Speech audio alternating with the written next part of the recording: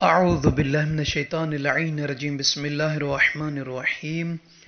رب اشرح لي صدري ويسر لي أمري واحلل عقدة من لساني يفقه قولي. اللهم صل على محمد وآل محمد. سامعین عزیز، مومنین مومنات، آپ جہاں بھی ہیں اللہ تعالیٰ آپ کو خوش رکھے، آباد رکھے، شاد رکھے.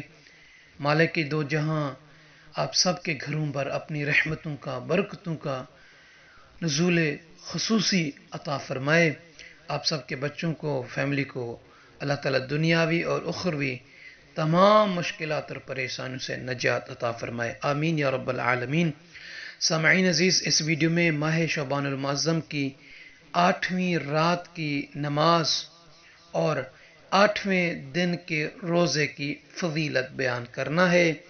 اللہ کے نبی حضرت محمد مصطفیٰ صلی اللہ علیہ وآلہ وسلم سے یہ روایت کی گئی ہے کہ ان النبی صلی اللہ علیہ وآلہ قال ومن صلی فی اللیلۃ الثامنۃ من شعبان رکعتین یقرأ فی الاولی فاتحۃ الکتاب مرہ وخمس مرات آمن الرسول الى آخرہ و15 مرہ قل هو اللہ احد وفي الركعة الثانية فاتحة الكتاب مرة وقل إنما أنا بشر مثلكم مرة و15 مرة قل هو اللہ احد. سامعین عزیز، اللہ کے نبی حضرت محمد مصطفیٰ صلی اللہ علیہ وآلہ وسلم ارشاد فرما رہے ہیں کہ جو شخص، جو کنیز ماہ شعبان المعظم کی 8ویں رات کو 2 رکعت نماز پڑھے. نیت اس طریقے سے کرنی ہے کہ ماہ شعبان المعظم کی 8ویں شب کی 2 رکعت نماز پڑھتا ہوں یا پڑھتی ہوں قربتاً الی اللہ. اللہ اکبر. سامعین عزیز، اللہ اکبر کہنے کے بعد پہلی رکعت میں سورہ الحمد کو 1 مرتبہ پڑھنا ہے اور اس کے بعد آمن الرسول کو، یہ آخر تک جو سامنے لکھی ہوئی آیہ مبارکہ، اس کو 5 مرتبہ، اور اس کے بعد سورہ توحید یعنی قل هو اللہ احد کو 15 مرتبہ پڑھنا ہے پہلی رکعت میں. پھر رکوع بجا لیں، 2 سجدے بجا لیں، پھر دوبارہ دوسری رکعت کے لیے اٹھ کھڑے ہو جائیں.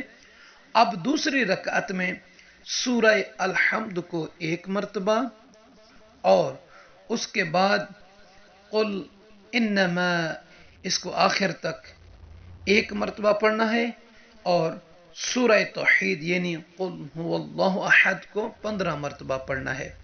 جب آپ یہ پڑھ لیں گے تو قنوت میں جائیں اور دعا مانگیں، رکوع بجا لیں، پھر 2 سجدے بجا لانے کے بعد تشہد اور سلام مکمل کرنے کے بعد اب جب مصلی عبادت پہ بیٹھیں گے تو آپ اس نماز کا جو اجر ہے وہ سنیے.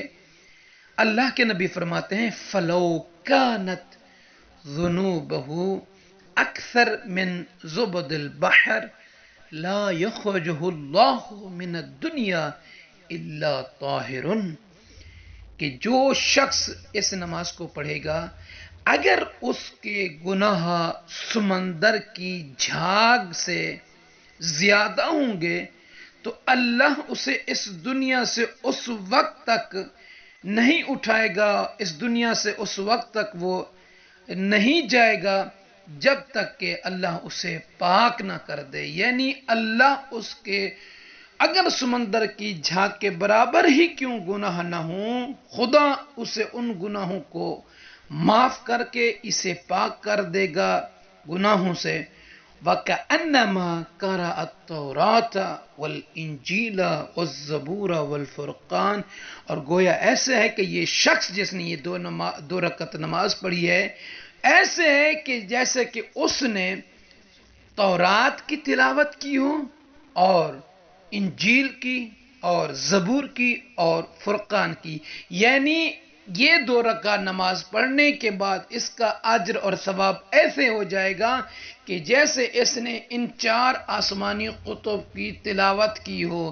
تو آپ جانتے ہیں قرآن کی ایک آیت کا، ایک سورہ کا پڑھنے کا کیا اجر ہے. روایتیں بھری پڑی ہیں، تو اندازہ کیجئے جب 4 آسمانی کتب کو اگر کوئی پڑھے گا تو اللہ کے ہاں اس کا کتنا اجر اور کتنا ثواب ہوگا. تو سامعین عزیز، اس نماز کو ضرور پڑھیے گا اور دعاؤں میں بھی یاد کیجئے گا. اللہ کے نبی، آئیے ماہ شعبان المعظم کی 8ویں شب 8ویں رات کے نماز کی فضیلت کے بعد اب 8ویں دن کے روزے کی فضیلت میں بیان فرماتے ہیں ان نبی صلی اللہ علیہ وآلہ قال ومن صام 8 ایام من شعبان لم يخرج من الدنیا حتی یسقى من حیاض القدس، کہ جو شخص، جو کنیز، جو عبد، جو بندہ ماہ شعبان المعظم کے 8ویں دن کا روزہ رکھے گا وہ اس دنیا سے نہیں جائے گا مگر یہ کہ اللہ تعالی اسے قدس کے چشموں سے سیراب فرمائے گا۔ یعنی ایک ہے حوض کوثر اور دوسرے ہیں حوض قدس۔ تو قدس کے جو چشمے ہوں گے اللہ تعالیٰ اس سے اسے سیراب کرے گا۔ تو آپ مومنین بھی اس روزے کو ضرور رکھیے گا تاکہ حوض کوثر کا پانی جب آپ کو نصیب ہو تو اس کے ساتھ ساتھ آپ کو حوض قدس بھی آپ کو ملے۔